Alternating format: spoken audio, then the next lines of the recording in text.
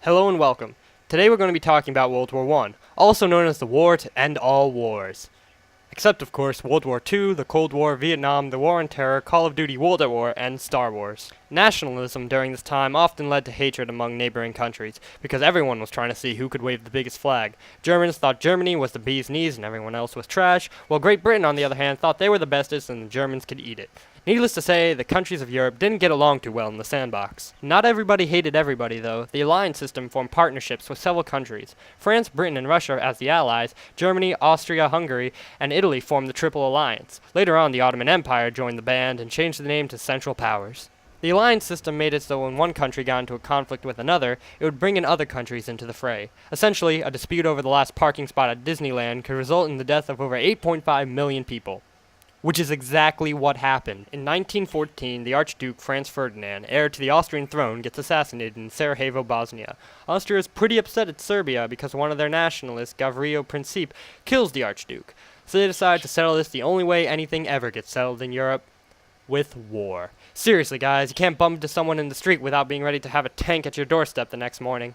Anyway, due to the genius planning of the alliance system, countries kept getting sucked into the war like it was some kind of black hole devouring everything in its path.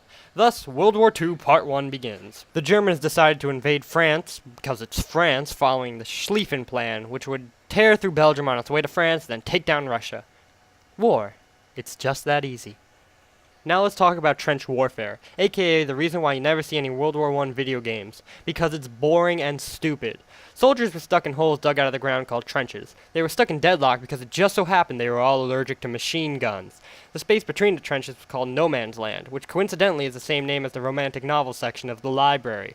This system was so broken that on the first day of battle on July 1st, the British lost over 60,000 soldiers. On that day, only 7 miles of land was won. Come on, guys, step it up. I've played games of light bike that won more land than that.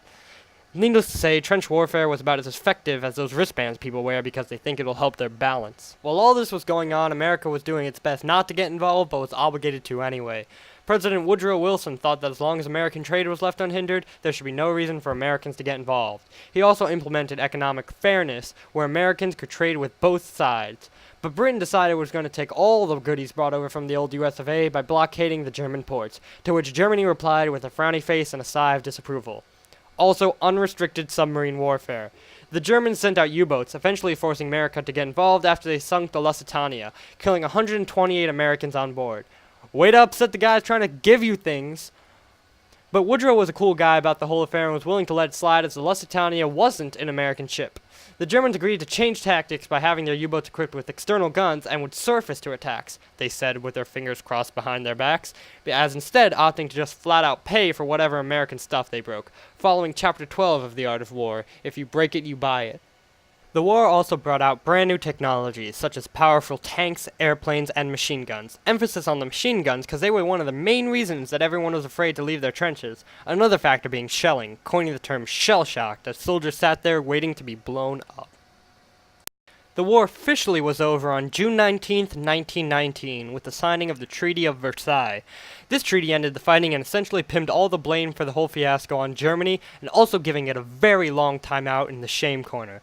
They forgot to invite Germany to the whole thing, though, as they were not present for the creation of it. When they did get their hands on it, though, they were pretty upset and sent it back with a long list of complaints, to which the Allied powers scoffed and pretty much threw it back in their face. Way to be gracious victors, guys. On June 28th, Germany agreed to sign the treaty as they had no more military power left to resist. This date, funnily enough, happens to also be the exact day, 5 years later, to the assassination of Franz Ferdinand. What exactly was gained from World War I?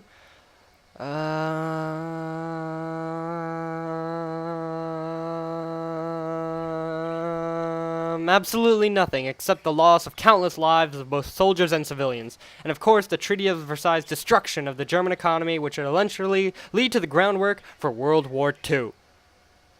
Good going, guys!